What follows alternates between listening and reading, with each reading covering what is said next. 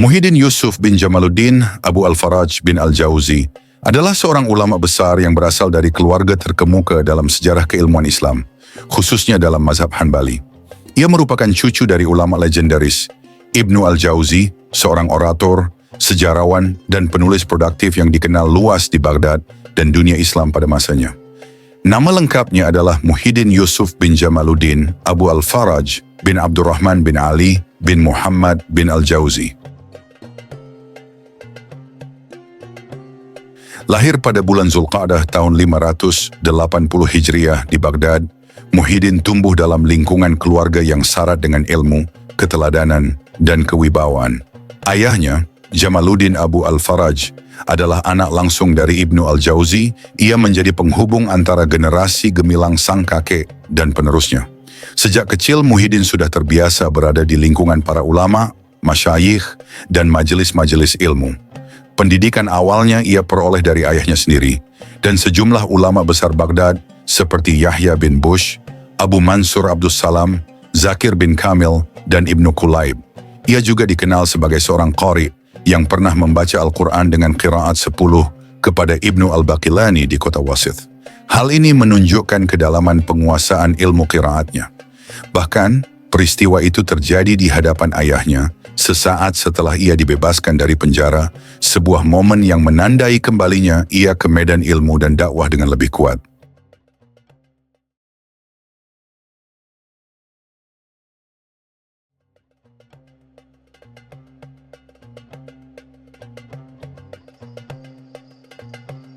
Muhyiddin tidak hanya menekuni ilmu secara teoritis, tapi juga mengaplikasikannya dalam posisi strategis. Ia menjabat sebagai Al-Ustadz Darul Khilafah, semacam guru besar istana kekhalifahan Abbasiyah di Baghdad, selama masa pemerintahan Al-Mustashim Billah. Dalam posisi ini, ia menjadi pendidik para elit kekhalifahan dan juga sering diutus sebagai duta kepada para penguasa luar. Hal ini menunjukkan kepercayaan besar khalifah kepadanya, sekaligus mengukuhkan bahwa ia bukan hanya alim, tetapi juga negarawan ulung. Kepribadian Muhyiddin Yusuf digambarkan sebagai sosok yang tenang, teguh, dan memiliki wibawa luar biasa. Dalam berbagai kitab sejarah, diceritakan bahwa ia memiliki keberanian dan ketegasan yang mengagumkan. Salah satu kisah yang sering dikutip adalah saat ia melewati pasar dan sebuah toko kecil runtuh dengan suara keras, menyebabkan orang-orang panik.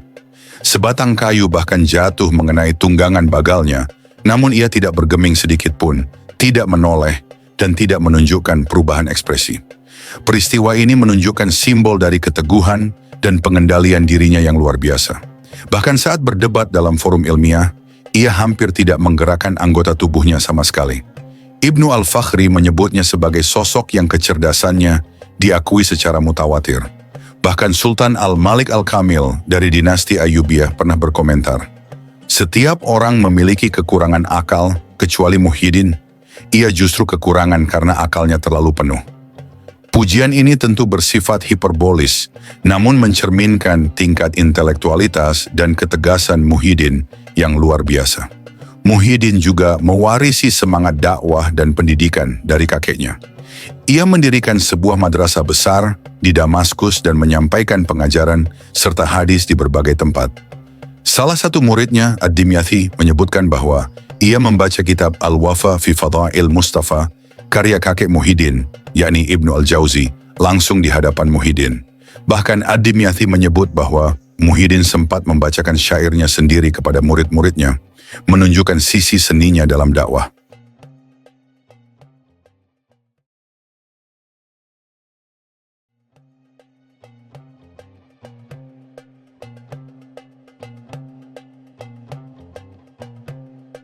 Sebagaimana para ulama besar lainnya, Muhyiddin tidak hanya menyampaikan ilmu di dalam kelas atau majelis resmi.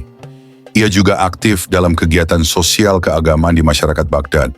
Ia dikenal dekat dengan rakyat kecil dan tutur katanya yang fasih serta akhlaknya yang mulia menjadikannya dicintai oleh kalangan bawah maupun elit.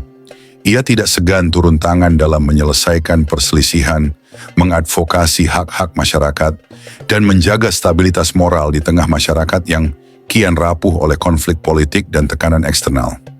Di tengah kemelut politik akhir masa kekhilafahan Abbasiyah, Muhyiddin menjadi salah satu tokoh utama yang masih berusaha mempertahankan martabat keilmuan dan peran ulama dalam masyarakat.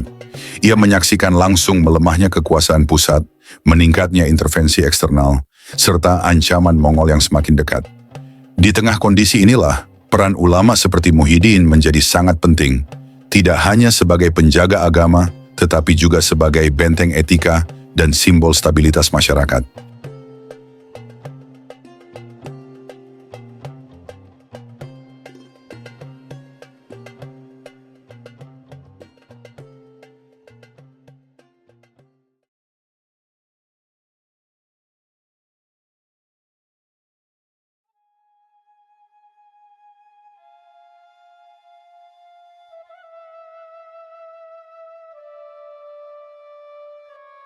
Di akhir-akhir usianya, takdir tragis menimpa Muhyiddin Yusuf.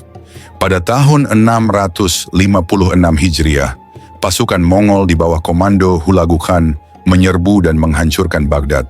Dalam peristiwa yang dikenal sebagai salah satu bencana terbesar dalam sejarah Islam itu, Muhyiddin termasuk di antara sekitar 70 tokoh penting Baghdad yang dieksekusi. Ia dipenggal secara sabar dan tanpa perlawanan, bersama 3 orang putranya, yaitu Al-Muhtasib Jamaluddin Abdurrahman, Syarafuddin Abdullah, dan Tajuddin Abdul Karim. Kepergian mereka menjadi simbol hilangnya cahaya keilmuan dan spiritualitas dari kota Baghdad yang selama ini dikenal sebagai pusat peradaban dunia Islam. Kematian Muhyiddin Yusuf menjadi semacam bayangan muram dari apa yang dikisahkan pada video sebelumnya tentang anaknya Syarafuddin Abdullah yang juga wafat dalam konteks kehancuran politik dan keilmuan di era kehancuran Abbasiyah. Jika Syarafuddin Abdullah mewakili generasi akhir ulama yang berusaha menjaga warisan keilmuan dalam masa sulit, maka Muhyiddin Yusuf adalah benteng terakhir institusional dari kekhilafahan itu sendiri. Keduanya merepresentasikan tragedi hilangnya poros keilmuan Baghdad, namun juga menunjukkan betapa para ulama tidak pernah meninggalkan medan perjuangan meski dalam situasi paling genting.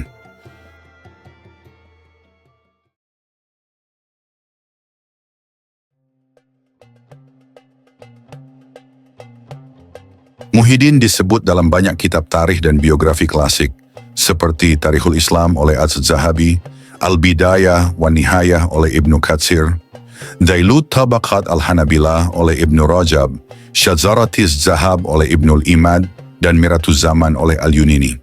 Hal ini menegaskan bahwa meski secara literatur ia tidak meninggalkan banyak karya tulis seperti kakeknya, namun kontribusinya tetap dikenang dan dibukukan sebagai bagian dari perjalanan sejarah umat Islam.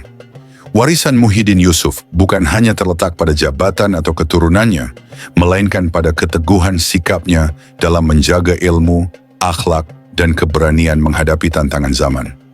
Ia adalah lambang dari seorang alim yang tak hanya mengajarkan ilmu, tapi juga menjadi penegak nilai di tengah runtuhnya tatanan dunia Islam abad ke-7 Hijriah.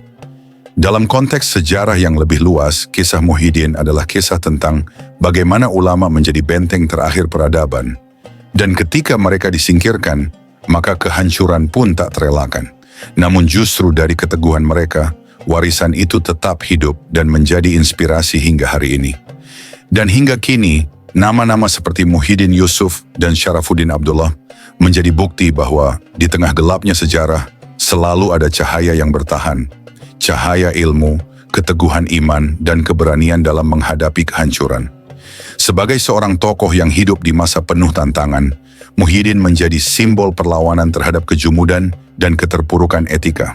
Ia tak hanya dikenal karena keilmuannya, namun juga karena dedikasinya dalam menjaga nilai-nilai Islam yang luhur di tengah tekanan politik dan militer.